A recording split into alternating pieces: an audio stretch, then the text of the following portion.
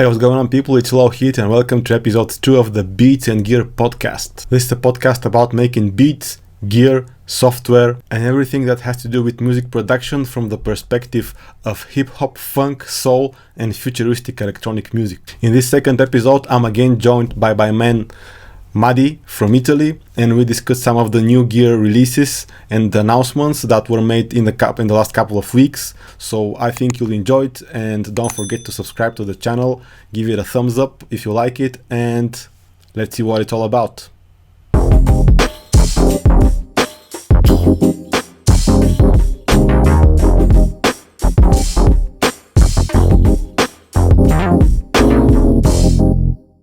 Okay, cool. So we're gonna be discussing some gear news with my man Mauro again, and also known as Medi. And you, by the way, you can follow him at Medi_music on Instagram, or you can follow me at Low Heat Beats on Instagram.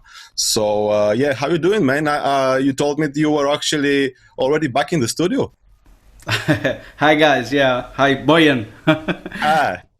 So yeah, I was basically I went there, for half a morning and to finish some mixes, and yeah, I was alone basically because no other people are allowed to go there, at least for now, because it's a really small room. But yeah, at least I was too tired to mix in headphones, as I told you the last episode. So I did something, and yeah. Yeah, man. That's cool, man. Yeah, things are starting to get back to normal slowly, but yeah, we'll see. Slowly, yeah. yeah, we'll see how it goes, man.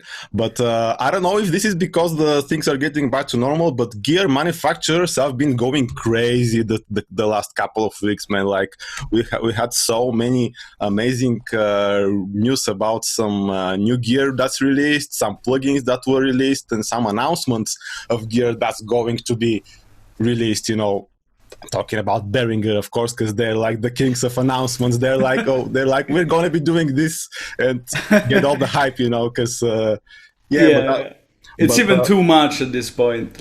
Yeah, I think so, man. I think so. But some of the things we're going to be talking about, and some of the stuff that caught my attention the most was the Behringer Monopoly, and there's also Arturia released an Oberheim OB-XA emulation, and there are actually a couple of other emulations. And Synapse Audio announced actually their own emulation. They haven't released it already. They haven't already released it, but they announced it. We've got the new MPC Live, which has a built-in speaker. That's crazy, man. I know you're not an MPC person, but I think this with the built-in speaker, I don't know, man. That's kind of cool. No, that was pretty exciting for me, actually. I was pretty excited to hear about that. So totally. So we also have the new Logic release. They find the session view. They're copying Ableton. Absolutely, man. Absolutely, man. And people are like, "Oh, Logic is the best DAW." Yeah, man, you added stuff that Ableton had for years. But yeah, I mean, it's dope. It's dope. And the Valhalla Supermassive, that's a great plugin, man. Awesome plugin. We're going to be discussing this as well. And so, yeah, let's see what's going on with the Behringer Monopoly. I think this is one of the Korg synths that I really like a lot. I really like how it sounds. But, it's actually paraphonic. It's not really a proper polyphonic synth. And I don't know, it looks awesome to me. I mean, I would say it's not a big deal being paraphonic, because 4 notes is more than enough to play some simple chords, right? And plus the fact that he has so many retrigger modes for the envelope is cool. You can even play it as kind of polyphonic. So yeah, totally, man, totally. And how do you feel in terms of the build quality? Because I know you have the DeepMind. And how do you are these Behringer synths? Do they live up to the quality standards that these synths are supposed to have? Because Behringer had some issues with their build quality and reliability in the past. So let me just say something before we continue. I think people often mistake build quality for reliability. Did you have this experience? Because I can give an example. Like I've got this Korg Nano Control. It's a super old controller, and it's super plastic, man. Like it's like from a McDonald's kids menu. Like it's so bad. But you know what? I've had it for 12 years, man, and this thing works perfectly. Like the build quality is awful, but it's reliable. I don't think like plastic versus metal. It's a big deal, you know, or wood. As long as the materials and the whole construction, like the junction between the different materials are good, and they're gonna last for some time. For me, there's no reason, you know, to go with the expensive materials. At the end, you know, nobody's gonna hear the plastic woods on the sides of your synth. So it's all about the sound. Yeah, exactly, man. I mean, you're not gonna be using it for self defense, right? I mean, if you're gonna beat people up with it, I guess that's important. But yeah, if you don't drop it, I mean, it's gonna be fine. But, yeah, exactly. Yeah, so are you interested in the Monopoly? Do you want to buy it? Because it looks great, man. Like it looks amazing. I mean, it's for me like Behringer with the last synth is just going. So if you see the structure of the Monopoly, it's really similar to the Moog, to the 4D, you know, that they did. It's basically the Model D with 4 oscillator. Basically, the previous synth that they announced. Right. And he has the same. You kind of see the pattern there. It's kind of similar, and they have kind of the same materials. So if you see like the the junction, the thing that make it the hinge that makes the front panel tilted. It's the same. Right. So they basically chipping out on not on construction, you know, but on the production.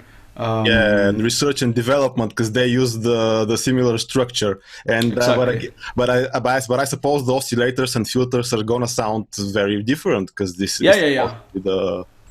I don't think they're chipping out on the sound engine stuff.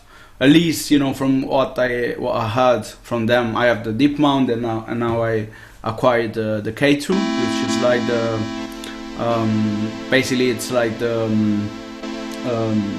MS-20 emulation. Right. You can say that. So I think they're not chipping out on sound.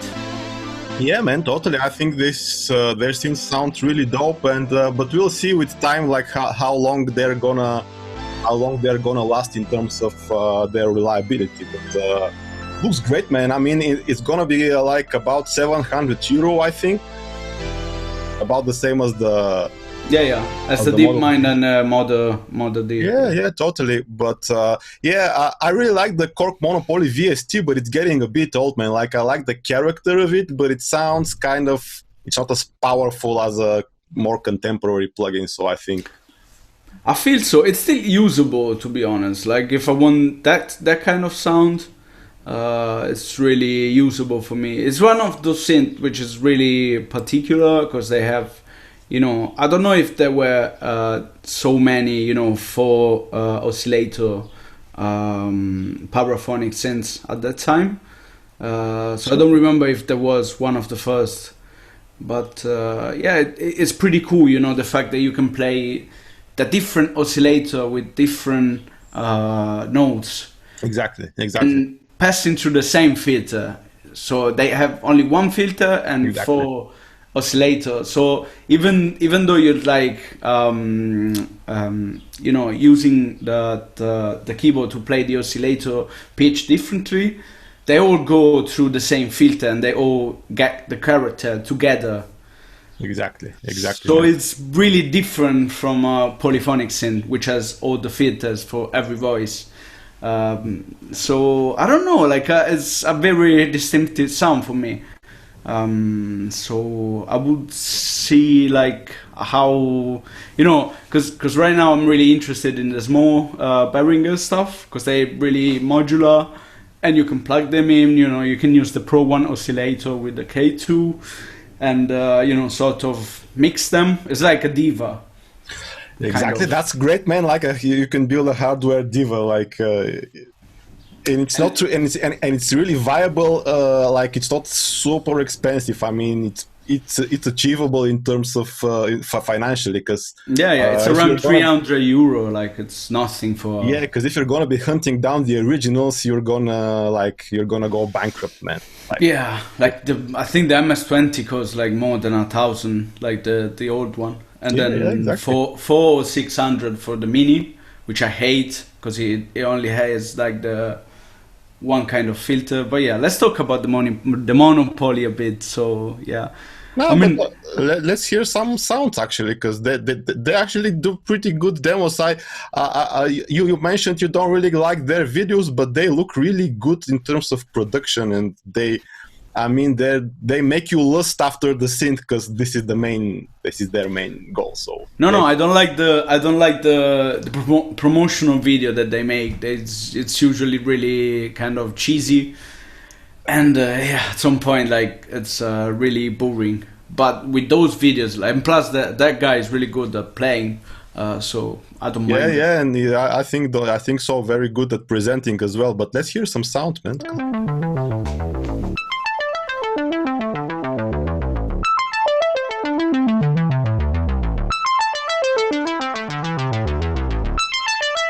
I mean, it sounds top.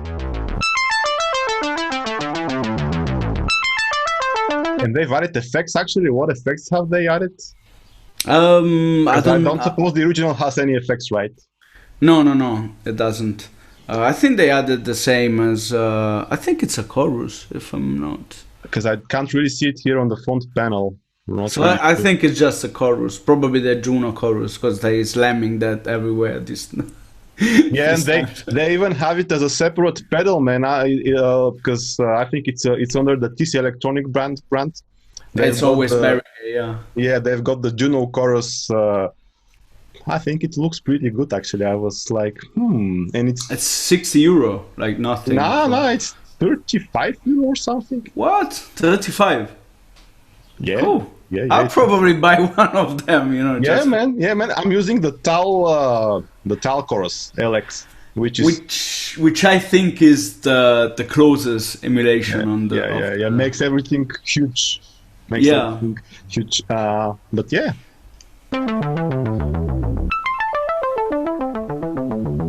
Maybe something polyphonic. I think it showed that before, like. Did they?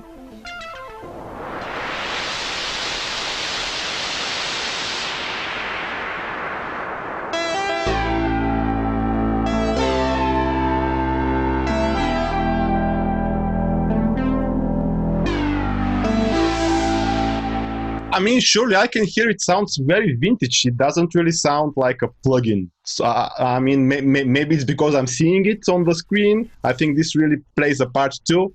But there's something really vintage about the sound. So yeah, I like it. But yeah, man, I think it's the filter on the which is really Korg-ish. I always loved like the Korg filters, and on the MS-20 I think it's one of the best filters out there, probably. Absolutely, man. But talking about this, let's tell me about the K2, because you bought the K2 last week, right? Or last week or the week before last? Yeah. No, last week, right. And you've been going crazy with it. You already sent me some samples. You've been jamming on Instagram with it. So almost made the whole sample pack with that, because it's so funny. I never had like a fully hardware synth, and with all of these patches, like right now, all the like basically €40 of cables. Oh, man, to go with that. So yeah, I basically started to go into this modular route, and once you go a bit deep inside that, there's no way back. So I know what you mean, man. That's why I'm staying out of it. So because I don't have the space mostly, honestly, and I know in the long run it's gonna cost me quite a lot. But like using the filter of something with the envelope of another thing. Imagine doing like 12 oscillator bass sound. Yeah. I know it sounds like unrealistic, but just imagine, you know, you tune up like 12 different octaves. That Like, would be amazing. it's gonna be it's sounding huge, and you don't know what's gonna happen. It's just the fact that, you know, you cannot do that with all the other synth, that it's really fascinating to me. And plus, you know, the fact that I was trying yesterday, for example, you know, plugging the noise into the VCA. So basically, instead of using an envelope, I was just using the noise to trigger the volume. And that sounds so unnatural, but at the same point, it was so interesting that, you know, it ended up basically sampling that. It ended up creating some really interesting loops. And you would never do that with something that you have, you know, a digital controller with a mouse. It's not really, you know, what they're made for. I agree, man. I agree. It steers you in a different, like, you can do the same stuff, but it doesn't make you do it. Exactly. So yeah. So yeah, and yeah, man, that's really dope synth. But honestly, yeah, like I said before, this is the one I've been looking at, man. The Korg Minilogue XD. I know it's pretty old news, and when they released the keyboard version, I was really excited because it added much more stuff on top of the regular analog synth. Like it has FM and wave tables. Like it has the two analog oscillators, but it also has a third oscillator which has wavetables. And the crazy thing, I heard you can program your own oscillator. Exactly, man. That's what I was going to say. You can actually there are already pre-made oscillators you can actually download. And I think I saw it in a video, but you can actually create the effects section with, you know, program the effects section. So there were people creating a loop station inside the Minilogue. So exactly, that was man. Really exactly, cool. Man. So this is what makes it a great value, in my opinion, because you can get so much out of it. Like, yeah. You can get a crazy, and it even has a shimmer reverb built in. Like, wow. And they've introduced the module. They introduced it in December, I think. So I'm interested in the module because I don't really need.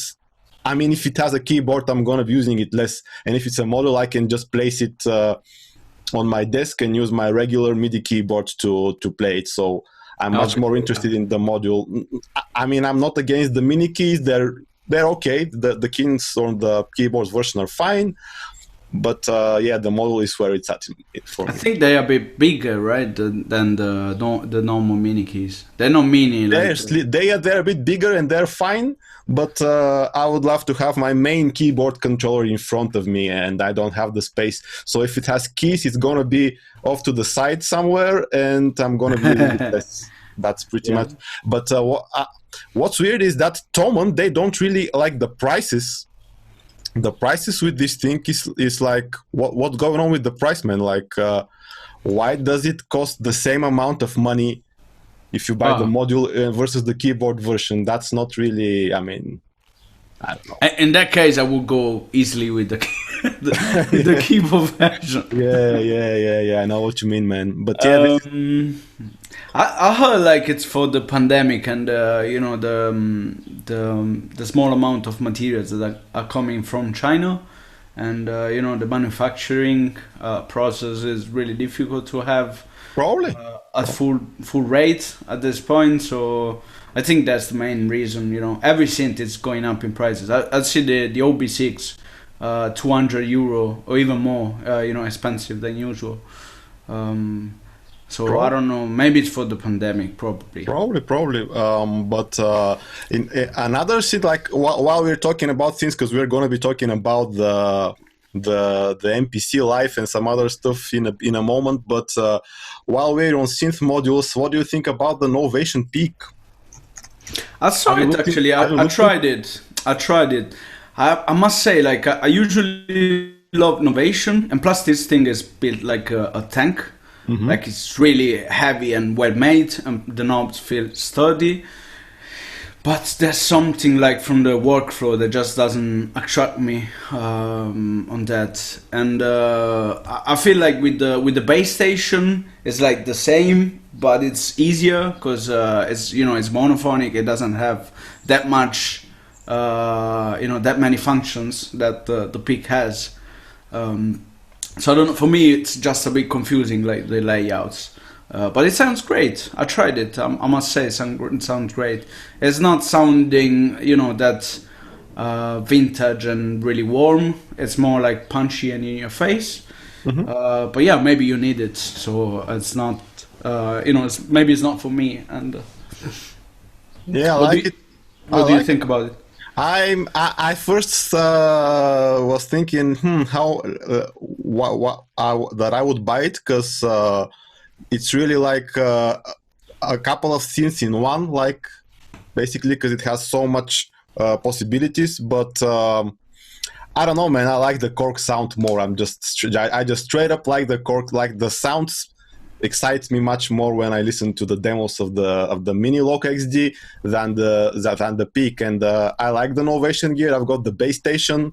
Obviously, it's pretty cool, but the character of the Korg speaks to me much more. But the Korg actually has only one LFO, the Minilogue XD, and this one has, like, how many LFOs does it have? I think it has 2. So, but I think they're digital, as as all these synths. So I don't know why they cheap out on LFOs and envelope when they are, why don't you put 3 LFOs inside that thing and just put a switch? Like you're doing on the base station, it doesn't cost you that much. It's just CPU processing power. I would guess is that it makes it maybe harder for some people to program sounds because there's too many options. But I'm not sure. This may be a reason. I think that could be the reason. But then you made me pay. How much does this thing cost? This thing is pricey, man. It's an investment for 800, right? Nah, man, it's more than €1,000. Like it's what? More than €1,000. It's let's check Tomon. I would go for a Summit then. The Summit is €2,000 and more. Okay, I will go for Behringer then. Yeah, man. Okay, so here let me just switch the prices to. No, yeah, I can see that it's €1,200.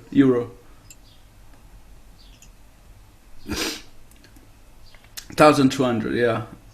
It's too much. It's pricey, and the Summit is it, but the Summit is really, the Summit is dope, and it even. But I can understand the Summit costing 200 because it's a beast and it has everything. Yeah, it also has the analog oscillators. The Peak doesn't have analog oscillators. I mean, it doesn't really matter for me as long as they sound good, and they do, obviously.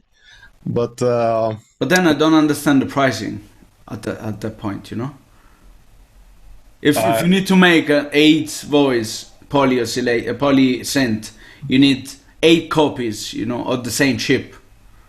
So I know. So you mean so you're saying why is it so expensive if the oscillators are digital? And you have 8 voices for €1,000, like the DeepMind. I know it's not the same synthesis, and it just has a saw and a square. So. Which for me it's more than enough for making all the synths in the world, but yeah, for probably for one that wants to explore like the weight tables and everything, this should be a great candidate probably. But why don't you make 12 voices if you only have to buy a CPU for all of that? Maybe it's not like it's much different. That's what I understand of making this synth. Obviously, I'm not a manufacturer, so I don't know all the insights of making this kind of synth. But I don't know. It's too pricey for me. For me too. And when I saw but the thing about the Minilogue XD, it's like, man, if it only had 2 more voices, I would be like, shut up and take my money, because 4 is. It's okay, but like You need to try the Prologue. I know it's expensive. I don't need a keyboard. Like I said, if they had a module, but they don't. I don't know. Yeah, they don't. And it's a space consideration for me because I've got a really small studio. Like it's only I use it only as a studio. It's not it's a separate room.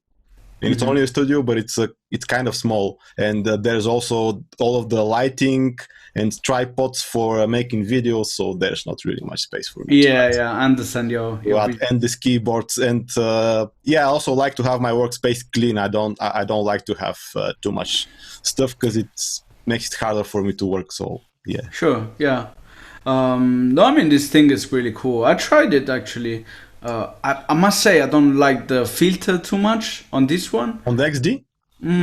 It's not for me. It's too like the resonance is not what I expected from a synth. Like I usually do this, you know. I just put up a saw wave and just roll the cutoff with some resonance and see how that sound. Because that for me is the most important thing in a synth. True. Exactly. And with this one, it sounds really in your face and punchy, but it's not what usually I need for a synth. So it's more like something like bass station. But this should be really good if you want to do like some strange sounds, loops, and even morphing wavetables. I don't know if what they are playing there, but let's hear.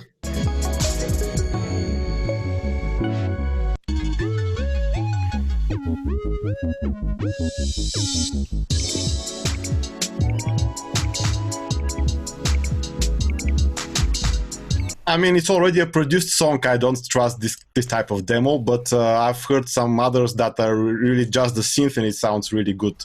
I think the most exciting thing with that is the other than all the modes, the chord modes and the polyphonic and monophonic and all this kind of weird stuff, is the sequencer, which I heard you can sequence the knobs with the sequencer. Yep. That was something else I wanted to ask you. I don't really care for sequencers on synths, man. Do you use them? Because I don't really. If it's a synth, I'm probably gonna be recording it as audio straight, like just play it and record as audio. And I maybe there's something that I'm missing. But why do I need a sequencer on a synth unless I'm making house or techno and want this quantized feel? I don't know, man. How do you that's what I was thinking, before actually using that.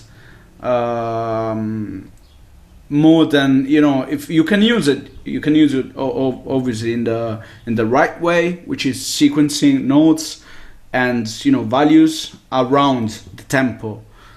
But if you make that tonal thing.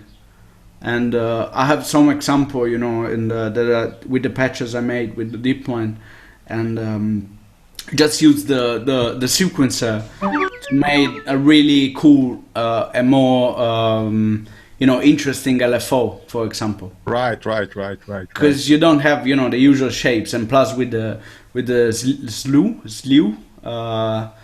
I don't remember, like it's fading between values. Yeah, I know what you mean, man. I know. It's a pretty advanced fixture, actually, the LFO slew. We're getting into really nerdy territory.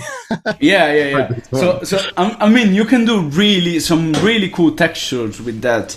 And if you go into audio rates, really, fast speeds, you can probably go into the tonal world and make the sound really weird.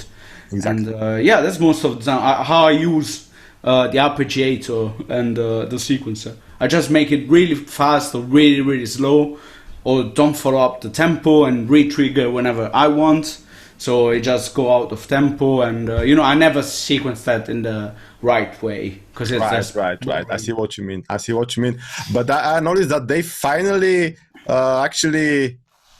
they've actually used Dorian concept for their, like, because he was crazy on their synth, and I was like, why isn't he the man who demoed the synth? Because he's like, yo, he was the one making the microKORG really famous. yeah, totally. Remember. So like they've realized it. But I think it gives you a wrong impression. I mean, you're not gonna be as good as him if you buy it, because you know. I think it gives it the wrong impression to people, but it's really cool, man. Yeah, I think it's probably doing, you know, this thing that I was talking about, you know. So that's an arpeggiator, probably. Also, I think he's using the sequencer. Mm-hmm. Right.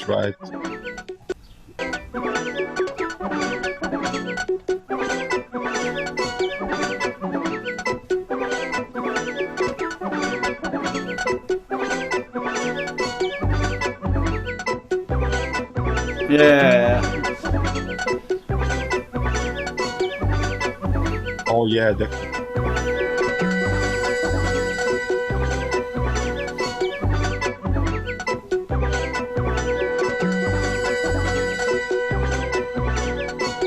He's really cool with that. Absolutely. That's another really cool thing you can do with the synths. Probably the hardware synth is really fun. So looping over and over. Exactly. But yeah, like it's an instrument basically. Like this is what it's and that's why. And I know what you mean when you say you prefer the keyboard version, because it's like an instrument and the module is just you know. No, I think I'm really you know, in the middle ground, because I love, you know, playing with the same keyboard, because I'm used to the touch and plus the mod wheel and you know, the nipple, as I called it, with the, the Novation. But at the same point, like having a keyboard and the whole synth in front of you just made sound designing really easy and fun. So either you find a way, you know, to put the synths right in front of the keyboard, so having a stand that goes over the keyboard or something, or it's just impractical for me, you know, because when I sound design, I usually play too, so it's like really convenient having everything close together. Exactly. I've been thinking about getting the Minilogue XD module and just place it between my MIDI keyboard and my computer monitor, so it's right in front of me. And what's really important is that you are right between the speakers when you're designing sounds, because if you're off to the side, you can't really hear it properly. So I think this is really important consideration. But anyways, it's not really, it's old news basically, but this is what caught my attention recently. So I mean, that's great. Cool. Like when are you buying that then? We'll see. Not sure. Not sure. You need to sell something. What would you like to sell to buy the Minilogue?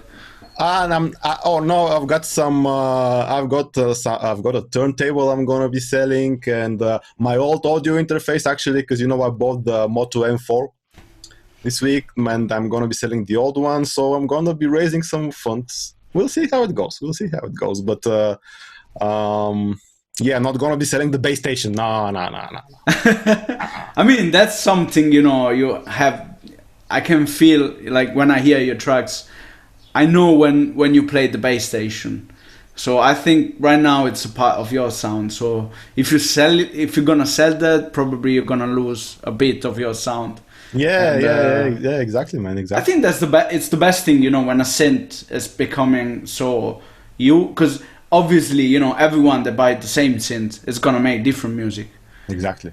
But then if you buy different synths, you're gonna make different sounds with them. Even though you like the same kind of sounds, everyone is gonna make you, you know, do something different because of the layout, because of the filter. So, you know, having the bass station and playing the bass station for the bass instead, like, of the K2. I realized that with the K2, and when I play the bass with the K2, it sounds different, and it's really cool for me. So, because that's like an instrument, it's not a sound generator. You know, when it makes you do something different, that's an instrument. That's really cool. And I feel people most of the time don't realize that synths, you know, are instruments, and you know, they need to use them as instrument, to respect them. And totally, man, absolutely agree. And talking about instruments, let's go over now to have a look at the new MPC. Oh yeah, man. Because talking about an instrument, like you can play this. They've you know, if you, for people that haven't followed the news, they've released the new MPC Live 2, which is basically, it has some differences to the original MPC Live. Not too much, I think. Yeah, some of them are in terms of MIDI inputs and whatnot, like some more advanced CV features. Yeah, exactly. But what people are most likely gonna notice is that it now has a built-in speaker. Man, that thing is a banger. Like that's so cool. Like that they were finally thinking of, you know, a box that you can bring with you, you know, in a park or with your friends and jam together. It's amazing. That's like, what I was thinking, man. It's like an acoustic guitar, basically. Exact. Finally, producer can go around, you know, the fire. The campfire, exactly. And from the reviews that I saw, they said that the speaker actually it's really punchy. Like it's like a pretty decent Bluetooth speaker. Like it's on that level. Like it has some punch, especially if you're using it on your lap. It really has some kick to it, and with the built-in battery, I mean, that's a killer for me. I love this thing. It's just really, I think the only thing I wouldn't buy it, you know, that would prevent me from buying that, is like the fact that I need to adjust my whole workflow to a new machine, and then I'm really scared of losing, you know, the whole Ableton workflow. And the fact that I'm, you know, used to that program and the way of how I lay out song. And I heard like the MPC software is not the best. That's what they say here, man. Software workflow remains a little complex and disjointed. Exactly. Otherwise, the most powerful laptop-free production solution on the market right now. CV outs are a great addition. Yeah, so they didn't have CV outs. Oh no, they had them on the MPC I think they have it too. Like, I think they have more now. Okay, and the built-in speak. Yeah, I mean it's great. What I've heard, I read about the MPC One, like which is their budget version. It doesn't have a battery. Yeah, the vertical one. Some people like complain that the touch screen still isn't as responsive as an iPhone or an iPad or a decent smartphone, basically. So this is really something that's a deal. Like if the touch screen isn't iPad level, I'm not interested. Honestly, I don't wanna.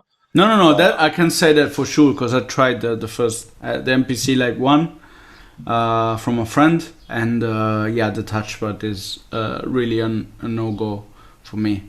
Wow. Okay. But I thought, why would you use the touchpad if you have all the buttons? Like the old MPC doesn't have the touch screen, so it's just a shortcut most of the time. And you can do everything, but with the buttons. So I think you will. All right. Okay. You know. So you don't need to use the touch screen to get to every function. No. There's everything. You can do everything. It's a bit, you know, it's not as intuitive as using a DAW. But if you remember the first MPC, you know, there were people really, really fast with that. And there were a lot of, you know, shift function and, you know, turning 2 or 3 knobs. So yeah, but that's what I mean. That's what I'm saying. With the buttons, you're really quick because you have the tactile feedback and you're just bam, bam, bam, bam. But with the touch screen, you need to concentrate on a tiny spot, on a tiny area to press the precise button that you need to press. So to me, it's not much better than a mouse, which really has the same problem for me. Basically, like when I'm in playing mode and when I'm sequencing, when I'm playing drums or keys or something. Like touching the mouse gets you out of the groove, and for me a touch screen sort of does the same. So I would prefer a physical, and that's why I enjoy using the machine.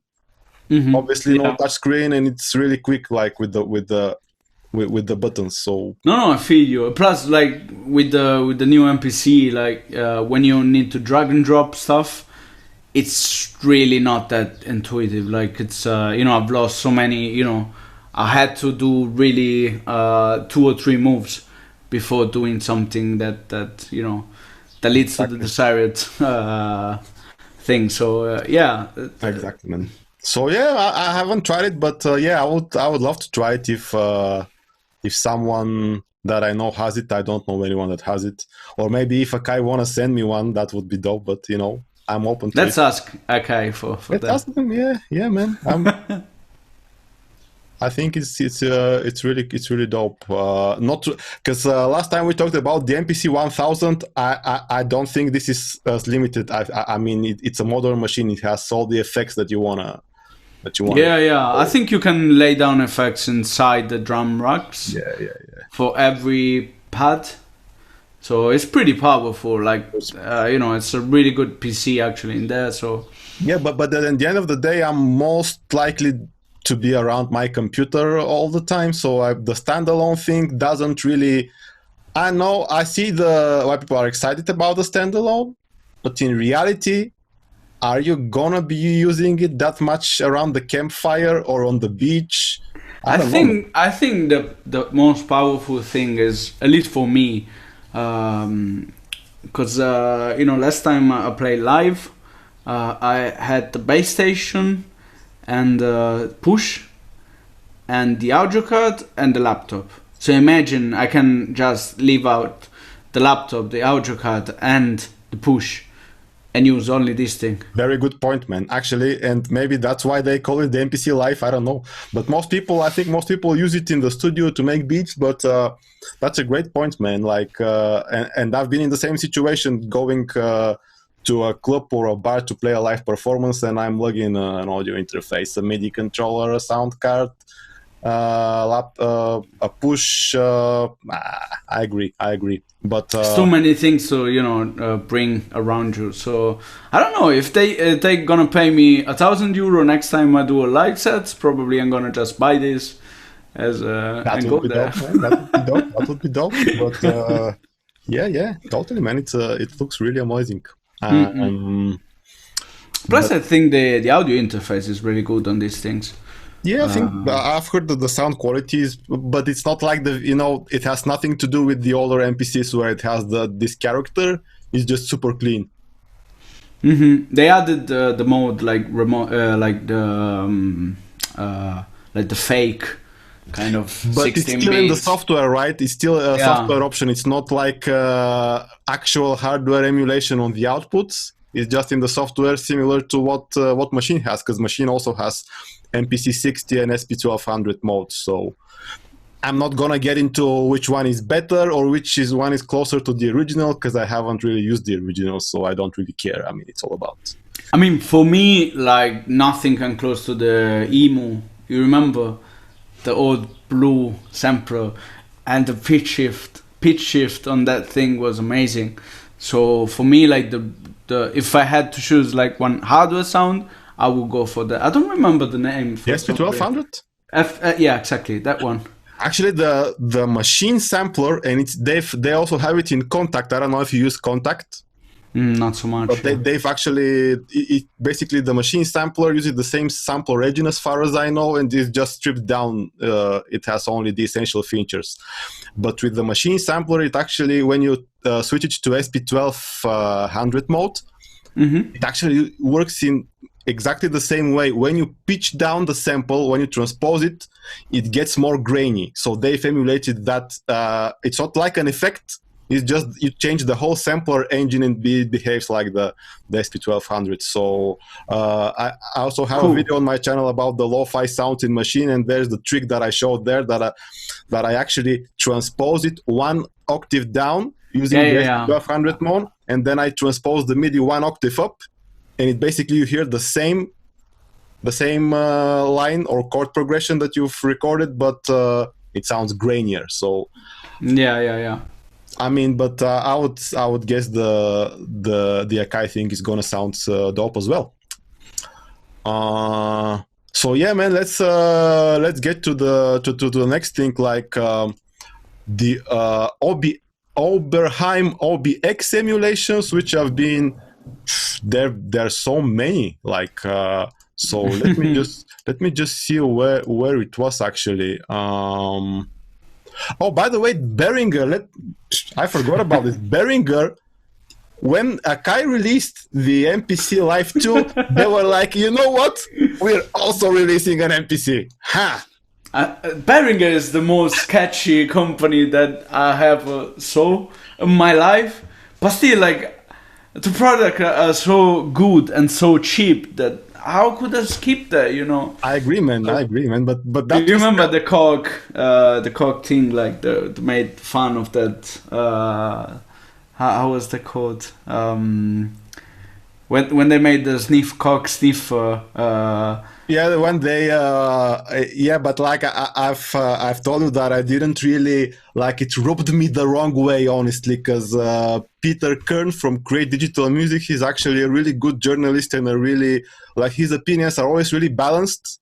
I don't think he's like trying to, you know, make them look bad or anything. He just tells it like it is. And Dave, I mean, you can't call the like they've tried to sue Dave Smith just to burden him with legal costs and stuff. And with Peter Kern, they patented his name and made a whole video mocking him. So that was kind of too much, man. Because, like you said, the products are really good. Why do this? I mean, it's really unnecessary, and it most people reacted really like they didn't any new fans with this, in my opinion. So I think like they have a really good engineer department, but when it comes to ads and public relation, they're a bit too much. But I don't know the Behringer Jam.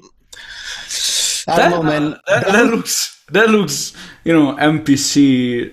Really, it's like a first rough sketch of an MPC model. Like, to me, if I see that, like, and I can I can understand it's a sketch model from Akai probably. And you know what this article says? It looks like we'll have a 12-bit button, presumably to reduce the sample resolution to get that vintage MP660 SP1200 vibe. Yeah, man, like they're copying it straight up, man. But I'm not saying it's gonna be bad, but it doesn't really excite me like the way it looks, and it's a speculation at this point, right? Because they don't really even have a prototype, so. Yeah, they just shared the image on the Facebook. I saw the original post, and I was in my opinion, actually emulating synths is one thing, because you already have the thing ready and you just need to copy it, if I can say it in such simple terms. But to create a new workflow that's like a really useful workflow, I don't know, man. That's pretty difficult in my opinion to achieve. I think they made it with the DeepMind, but then Behringer, for some reason, they made it with Crave. And the Crave is dope, man. Yeah, the Crave is dope. Neutron, like these are all really good. I'm not saying they can't do original stuff. But I think the main department doesn't want Behringer to be that original, and I'm really sad about that. Because in some way they're going for the really, they want to be sure that they're gonna sell their product. Exactly. So that's why they're copying. Like people. I mean, like you can say they're in the business of making money. So this is I'm really sorry about that, because I love the engineer. They make a really good job. Like, if you see the DeepMind, basically it's the same thing that they didn't copy. Yeah, it has the Juno layout. But if you think about that, the Juno doesn't have effects, doesn't have two LFOs, three envelopes, all the options, the matrix. He has so many things that they added. Instead, with these things, the new things that they're doing, like the Model D is a copy, and even the K2. But the fact that unfortunately, the MS-20 Mini is not for me, because it doesn't have the second generation filter, so I couldn't even look at that, because I hate that noise that filter makes. So either I go for MS-20 like the original, or with that. So there was like really there was no other option for me. But I don't know, like I think if they make something original in the future, I'll be more happy about the company.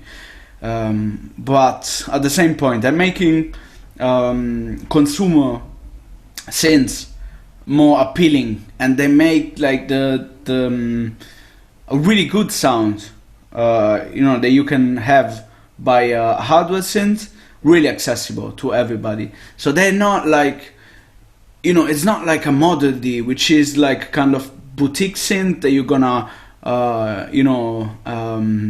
you're gonna have your whole life, and then it's gonna add value. Probably it's not gonna be like that. But at the same point, they're so accessible that you don't need that, and they're tools, so you use them to make music. Exactly. And I realized there's some people that really like the design and the innovation, the Moog thing that they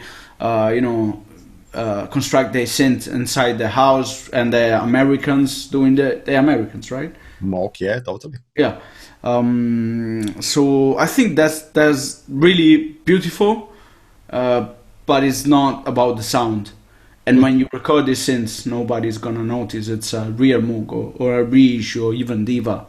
So I agree. Actually, the Moog is more about the feel of the whole instrument, like it's a piece of furniture. Exactly. Yeah, you said it perfectly. Yeah, totally.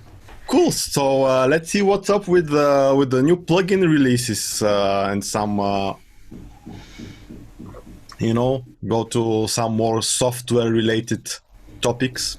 And the thing that actually was the big announcement this week was the Arturia OB-XA V. So many letters. Yeah, it's hard to remember, man. And actually, I didn't realize, but Oberheim, they have OB-XA and OB-X. I mean, they've got two. I didn't know this, and they're really two separate synths. Yeah. But have you checked this out? Do you like how it sounds? I didn't. Unfortunately, I sold all my Arturias because I don't think they fit into my workflow anymore. So I didn't really. I just saw some demos, and it sounds really good, especially like. They made something with the stereo oscillators, Right. which is really original today, like emulation. So this is something really that they made, for making these things really appealing with all the modulation and everything. Yeah. They add a lot of stuff to their synths, because if it was just the original, it would be kind of boring to people who don't really care about the original. Their concept is more like, we're inspired by the original, but we add a whole bunch of new stuff to make it more modern and more versatile. And that's what I like. Like, for example, the Mini V, their Mini Moog emulation, I don't really like it as a Mini Moog emulation. Monarch is fatter in my opinion and punchier. The iPad app by Moog, much better in my opinion. But the Mini V is really inspiring. I really love it, how it sounds on its own, not in comparison to a Moog. So I think this is part of their concept, to make their synths appealing to people who don't really care if it's an accurate emulation or not, because most people can't really compare it. So I just find they made too many plugins. I agree. So it's like, you have the whole collection, and then you just use 2 or 3 presets without even exploring all the synths. So this is what I ended up doing, actually, with because I bought the V Collection 6 when it was on sale, and because I had a free copy of their Mini Moog, the previous version, they gave it away for free like maybe 8 or 9 years ago.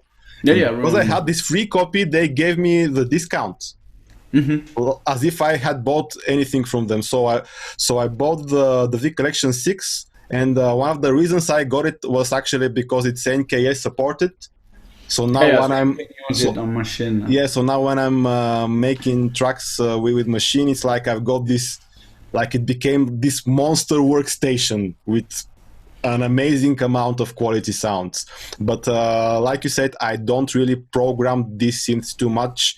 And even though they've got tutorials, like the great thing about them is that each and every synth has a tutorial built in that goes through the main features and how to get certain sounds. So, but like plus the YouTube videos are really good actually too. Totally, but on the actual synth, they tell you, click here, do this, do that. So it's really educational. So cool! I didn't know that. Maybe it's on the new version of the plugin. Yeah, it's on the new versions, but it's really useful, cool. especially with stuff like the synclavier or some like esoteric synth that I can't really figure out how they work. Because with this one, obviously, if you've used any synth, you can figure it out. Yeah. Just really normal synthesis, yeah. But with some of the more esoteric ones, it's really useful to have the lessons. But yeah, man, I think it sounds great. But the pricing is, come on, man, like, what? Nah. I mean, you can have the whole collection for €300. Why would you buy a single plugin? Yeah, I mean, if I log in, let me see if I can log in and see what my personal offer is. It's gonna be, so my personal offer is 99, which is still too much for me. I don't care for it that much, obviously, but it seems really cool. But yeah, kind of pricey. And what happened actually next? Like maybe the day after they announced it, Synapse Audio, makers of Dune and what was it called? They've got their Mini-Moog emulation too, which is 4-voice polyphonic. What was it called? The Legend. It was called The Legend. Do you know this one? Yeah. So obviously they've been working on this for the past months or something, and Arturia did it before them. Like they announced their, so they were quick to drop this teaser.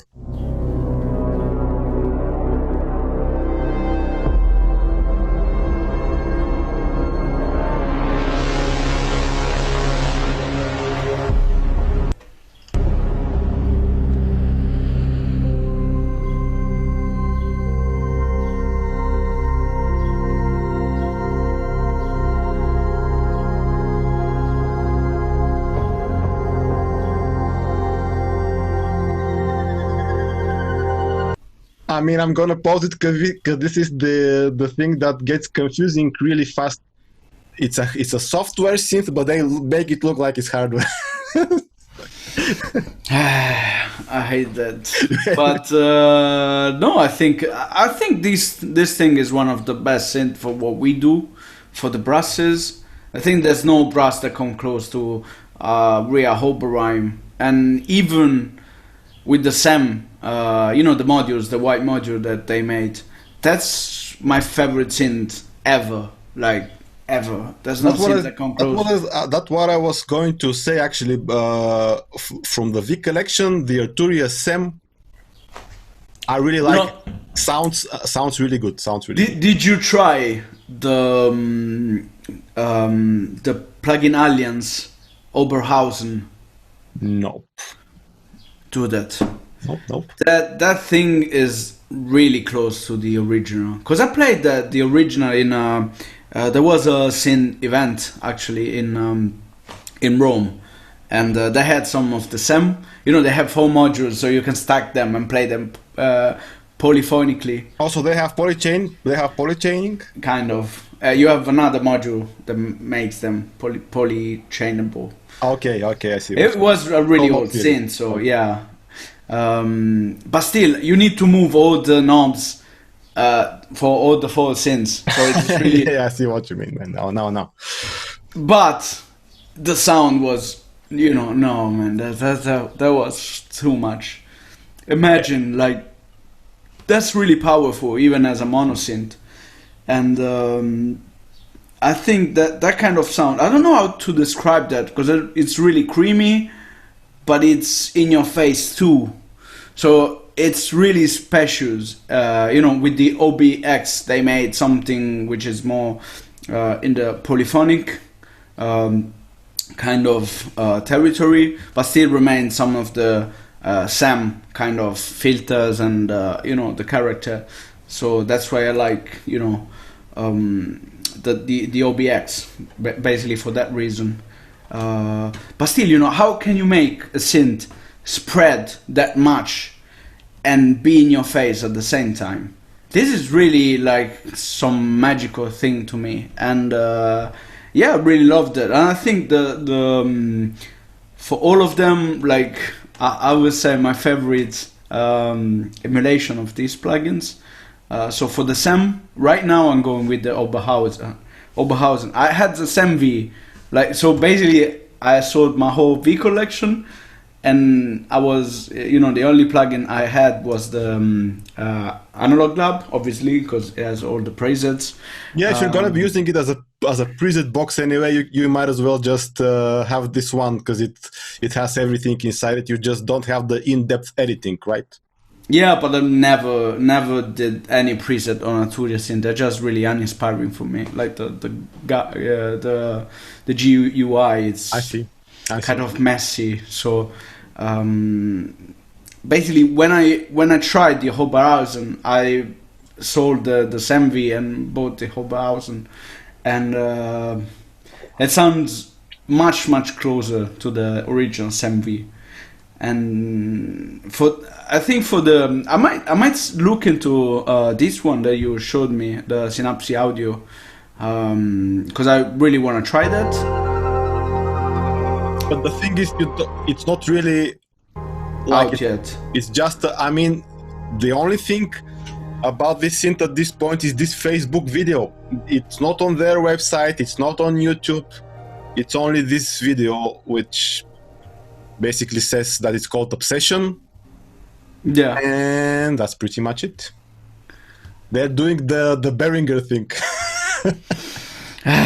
Because that's how it probably works. I don't know, with other people, you know, with the like Trump in America, basically, you know, good. No, they say, you know, bad or good. The important thing is they talk about you or something like that.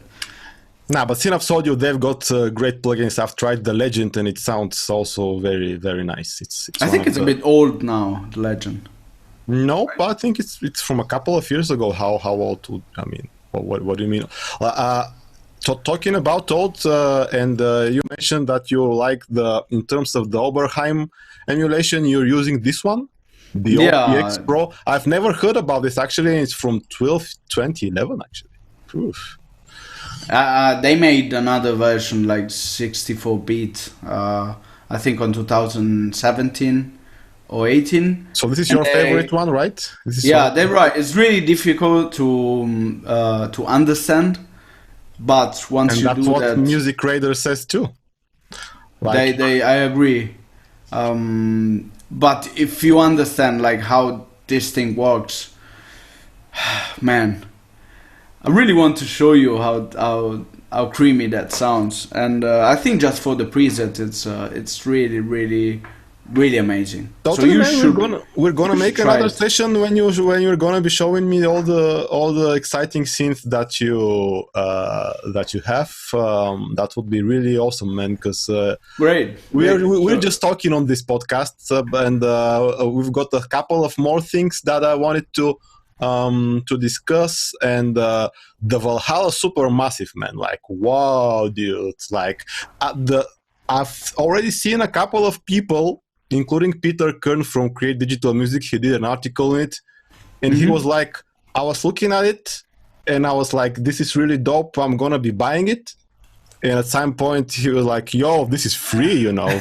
Wow. And like, I saw a couple of comments like this, and I agree, man, like this thing sounds amazing. Like I was doing a track with my friend who plays the guitar, and I put this as a chorus, as an ensemble type of chorus. It's not just a reverb or a delay you can do, and it made everything sound really huge.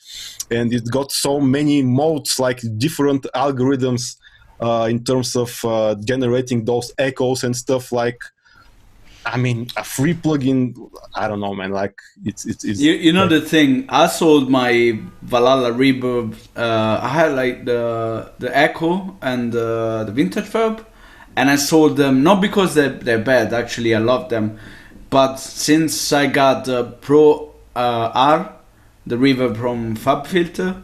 I didn't use them that much, so I just ended up selling that, because I don't keep software that I don't use regularly. So either I use them or I sell them. I agree, man. I agree, but this one is free, and they don't even make. What I like is they don't even make you register. I don't think I have account. I can't have an account with them. I just downloaded it, and I've already finished the song with this one. It's great. I'm gonna download that, and there's another plugin from them free, right? It's called Echoes. I don't really have it. I don't really have the other one, but I know there's the frequent echo or something. Not sure what. Oh, that one is crazy. Like you can do really how's it called? Yeah, this one. Okay, maybe I grab this. You can shift the signal with has, not octaves. So it's not musical. It's actually the opposite of musical. Yeah, like the frequency shifter in Ableton, which shifts without. It's hard for me to explain it, but I use it for tuning drums. Actually, the frequency shifter, because it doesn't really. It only tunes the tonal part and leaves everything else intact, so it retains the punch and the brightness of the drums. Like if you if you pitch it with maybe I need to make a tutorial about this, because if anyone is listening or watching now, they'll probably be like, huh? You lost me here. But the plugin, I think I'm gonna download. I mean, they're crazy. Plus it's called Sean Costello. Yeah. I don't know if it's Italian, probably.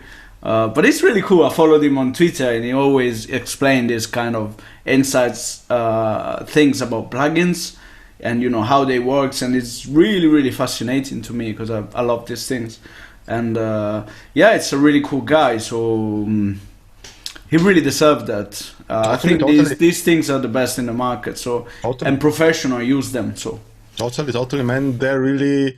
Well made, they're not too heavy, they're not buggy, they're awesome plugins. Like even big companies sometimes don't make plugins that are this level of quality. So I agree. Talking about big companies, I'll use Native Instruments RAM a lot. Like it's in my Ableton template actually every time. So RAM is the reverb, right? RAM is a reverb. Yeah, they gave it away as a Christmas gift, and now it's €100. So. I have it. I never installed it. But I'm really bad with that, man. But if you claimed it while it was free, you can install it whenever you like. Yeah. But RAM is another really good plugin in this similar style, like a reverb plugin that's for making soundscapes. It has a feedback circuit, and it's dope, man. It's dope. But let's have a look at a couple of more software things before we go, and maybe towards the end of the podcast. Is there anything that we haven't talked about besides the new Logic? Yeah. I mean, it's not really that new. It came out last week, or not sure when, but what do you think about them adding a session view? This thing actually was available in GarageBand for a lot of, it's in iOS actually. I have it on the iPad. I can probably actually even not really sure I can show it now, but I didn't really like the way it worked, to be honest. I tried it on the iPad, and it's kind of different to the Ableton session view, and it's not just because it's horizontal instead of vertical. The way the clips work, it's a bit different, and I'm not really sure they're gonna come. I think GarageBand in the iPad is the worst app that you can make music with.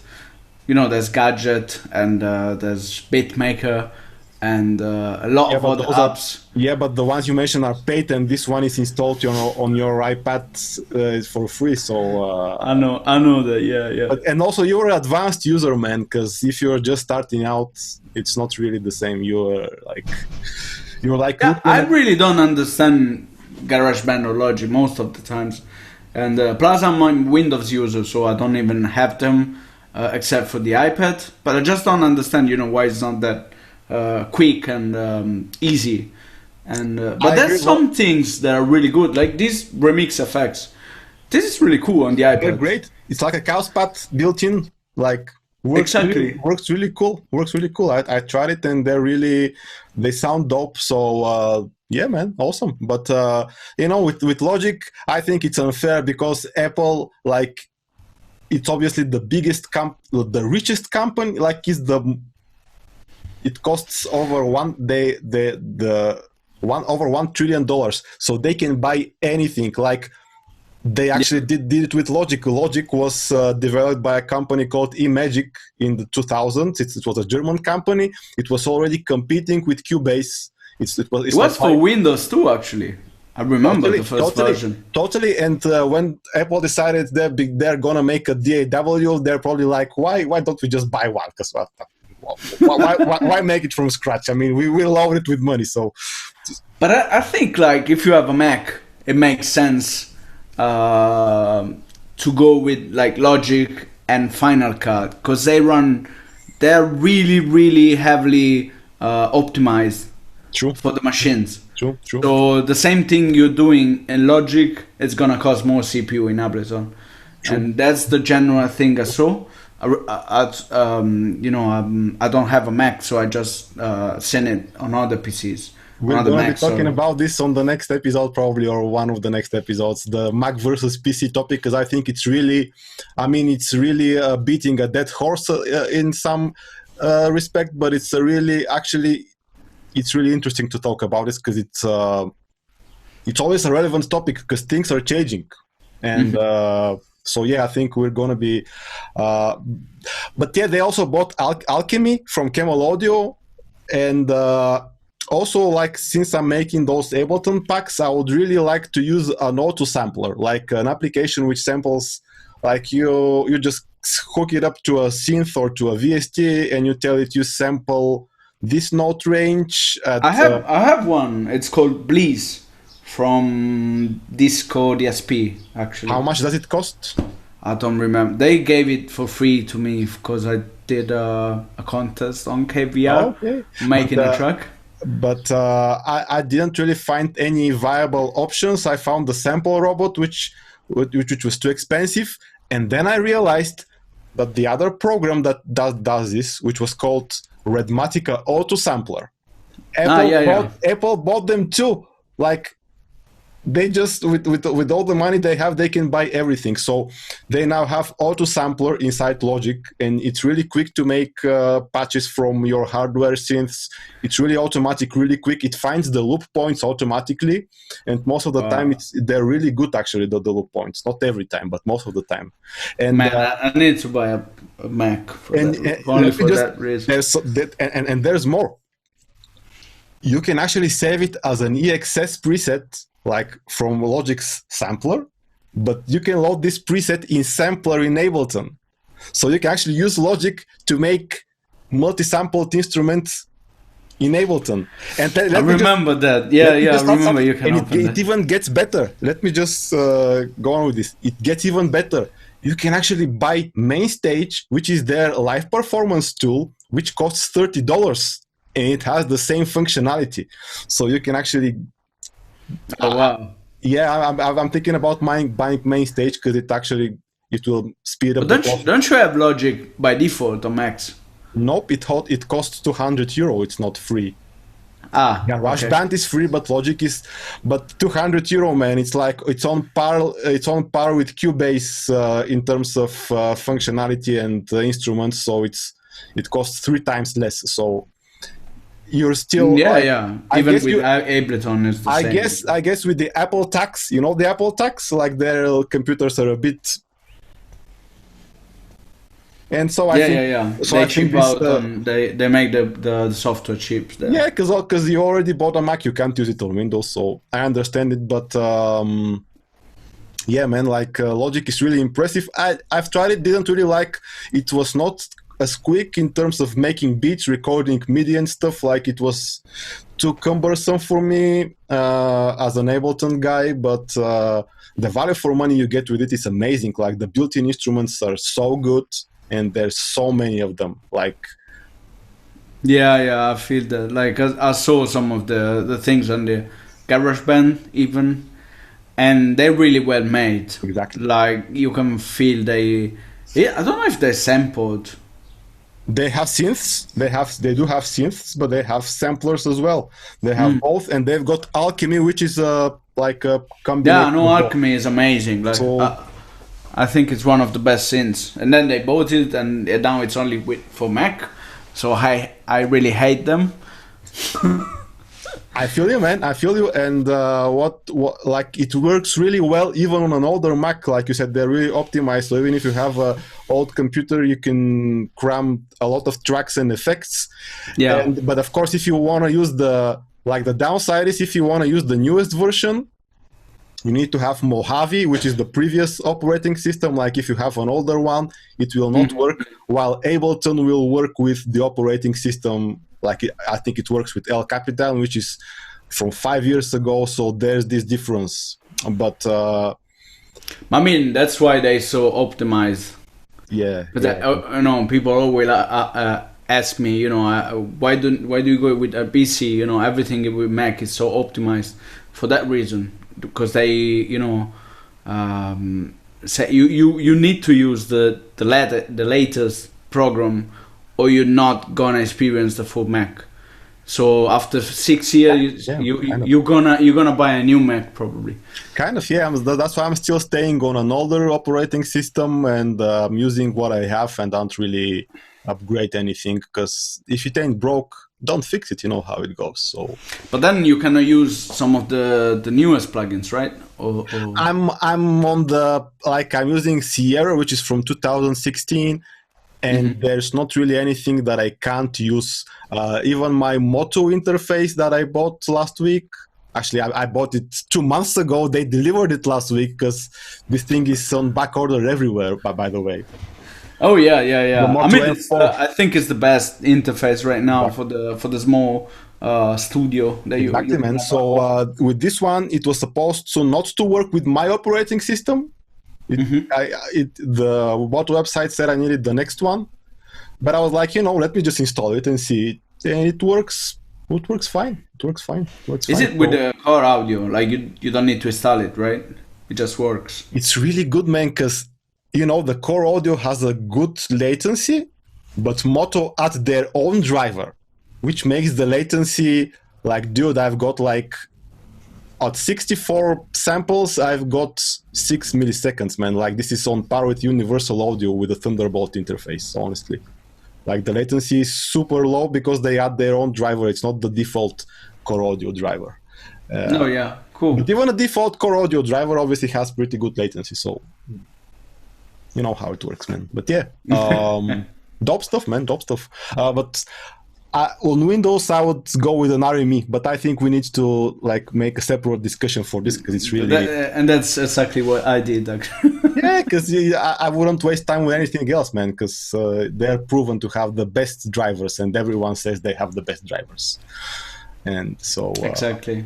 No, I mean, like I tried Motu. The first interface I bought was 10 years ago, no, 8 years ago or something. It was an old Motu, like with a lot of inputs and outputs, but then it has so many problems, like it didn't work for some reason, like, and then when the computer reboots, you need to unplug it and replug it every time. I just went with RME, and now it's never had a problem. The latency is more than amazing. But yeah, right now I found the Behringer one, the new Behringers, I like, not on par of the RME, but pretty close. So I think right now But I think they're on par with all the budget interfaces, and they cost twice less, right? Exactly. No, I mean, for me, the Focusrite, it's really good with the sound and everything, but the drivers are a mess. I don't like the drivers of Focusrite, and all the other interface, like the Steinberg, is noisy, really noisy. Like, it's not usable for me. And then what's that? Like the next interface is probably gonna be the Audient, but it's more than 300. But the Audient, what I've read about it is that while the sound quality is amazing because it has the Burr-Brown converters, actually the latency is not it's not really low enough. No, I tried it. It's not that bad. You know, it's not like for me RME, and then there's the Behringer, and then here there's the Audient. But then you sacrifice a bit of latency, but it has a really amazing sound, amazing pre, and plus it has added on a 300 That's dope, man. audio interface. Like you can expand it with like another Behringer, like the ADA 8000. What was it called? Not That- sure. that one. The red one. Yeah. I know it's. so like for 400 you have 10 inputs. Yeah, man, I wish the Motu M4 had the optical inputs, but I guess they didn't want to cannibalize their more expensive interfaces, which is understandable, man. I think they're giving us a lot of stuff for it's 250 euro, and honestly, I haven't compared it with because I. At the school that I teach, they've got the universal audio, like the newest one with the most expensive one. I haven't really made a comparison, but to me, it sounds closer to that than to a budget interface. It sounds really crisp and wide and deep. And I mean, when you're comparing this stuff, if you need to compare it side by side and just hear the difference, then I think there's no point in it. Like if you don't hear the difference right away, there's not really a meaningful difference, in my opinion. No, I feel that. Like I feel like most of the times you don't even need all of that. You know, I think back in the days they had really was audio interfaces than we have with the €100 Behringer right now. Absolutely, So absolutely. Man. I think it's more than enough. And then maybe you're using lo-fi plugins on your song. Like, what's the point? Use a lo-fi interface. Yeah, man. Like I totally, man. And I've always said, if you're gonna be upgrading your stuff, acoustic treatment, man, this is much more important than an audio interface. Like, makes much more difference. So if you got those 500 or €1,000, and you can't buy both a high-end interface and acoustic treatment, I would go for the treatment anytime, man. Because I mean, for me, there's treatment, and then the speakers. Exactly. And then the microphone probably is the best improvement. Exactly, in this order, and the audio interface is the last thing, in my opinion. Even your computer is actually much more important to have a good computer. So, and it gives you a better chance of your interface working properly. If you have I mean, for me, buying one of the really good pair of headphones that you can check your mixes and you trust. It's another good thing to buy because you have another references. And then I don't know. I think like probably the audio interface is on the bottom line. I would rather have a really good pre than a perfect interface. Totally, man. Totally. Everything. It's really hard to buy a bad interface nowadays. So I don't understand why people get so caught up in this discussion. Pretty much everything is good. Just buy something and get to work. Don't overthink it. That's my philosophy. Yeah. Oh, you know what? With your audio cards, I was going. Now you're gonna be happy about that. You're gonna buy a lot of modular stuff because your interface is DC coupled. Oh yeah, this yeah. So it means you can hook it up into a modular system, and it works. And mine is not, I had to buy a converter. So think about it, man. I'm not really sure. Yeah, don't get me started on this, man, because it may lead to me getting bankrupt, man. And I mean, it's cool. I spent like €40 on these cables. Come on, man! Like, that's exactly what I don't wanna. That's exactly what I don't wanna do. By the way, about the Motu M4, it has loop back. So you can record one application into another. It's a built-in feature, so you don't need to use any additional software. Which is, I mean, this thing is really, it's only featured in really high-end interface. Like I have it on the RME, but I don't think a lot of the budget interfaces have it. Nope, they don't. That's really, really great. Like it bypasses everything. It just, hooked up inside the audio interface. It's amazing. Exactly. I'm gonna be. I may need to use it a bit more to see if there's any problems with it. And by the way, I do really have sometimes that when I restart my computer or start it from scratch, it doesn't really work. Maybe it's the same issue that you had, but I'm saying I'm using an unsupported operating system, so I'll give them the benefit of the doubt with this. And with Ableton, it's super rock solid, super low latency, super stable. So this is what was the main thing. And plus, I think it's one of there's not so many interfaces that have the OLED screen actually, that you can see the levels. And that's pretty amazing, you know. Absolutely, man. It looks really cool. Like you feel really like you're a professional. Yeah, exactly, man.